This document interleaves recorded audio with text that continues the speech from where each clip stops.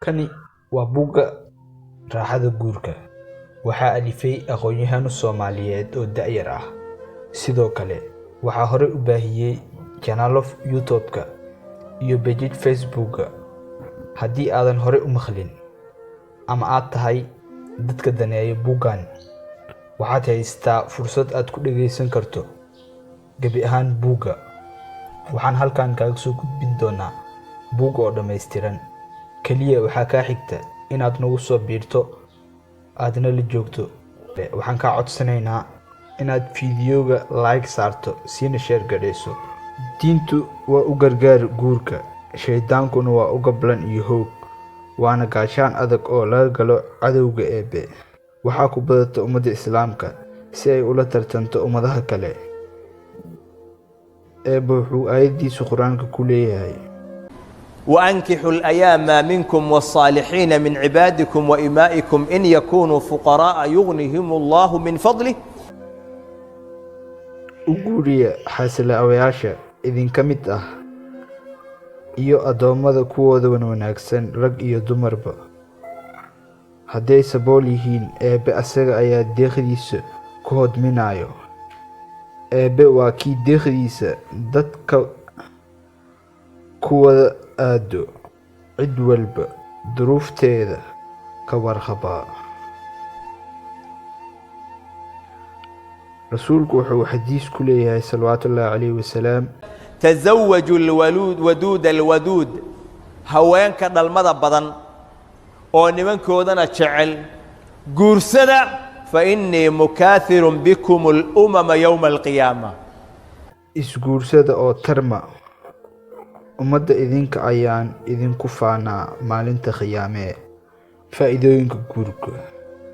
Guurku wuxuu leeyahay faa'iidooyin fara badan.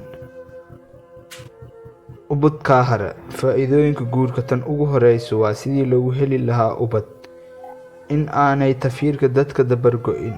Ubad dhalistu waa inay yeelato 4 ulajeedo oo kala ah: in aad ku doonatid raalinimada Eebbe, maadaama aad gacan ka geysanaysid sidii tafiirka dadka ku sii socon lahaa.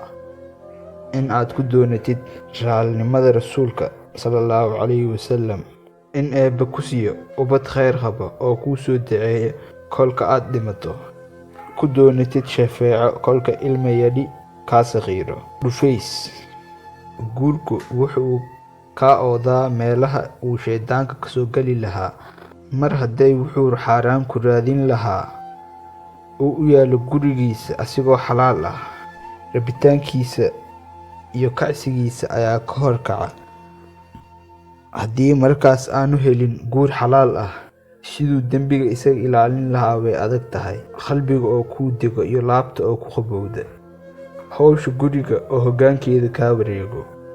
Maamulka guriga, hagaajintiisa, xaaqista, gool dhigista, cunno karinta, diyaarinta alaab dhaqista iyo wixii la mid ah. Haddii qofku uu guursado, waxaa hawshaasi la wareegta xaaskiisa. Naftaada oo aad ku tababarto qaadista mas'uuliyadda reerka, daryeelka iyo waajibaadka kaa saaran xaaskaaga. Dabeecaddeeda oo aad ugu samirto. Dhib wixii kaaga yimaado oo aad ku dulqaadato. Dadaal aad u gashid sidaad marash iyo masruuf xalaal ah ugu keeni lahayd carruurta oo aad ku tarbiyadeyso waddada toosan iyo wixii la mid ah. Waxaas oo dhammi waa tababar iyo waayo-aragnimo laga qaado oo aad beri bulshada ku maamuli lahayd ama aad kula hortagi lahayd.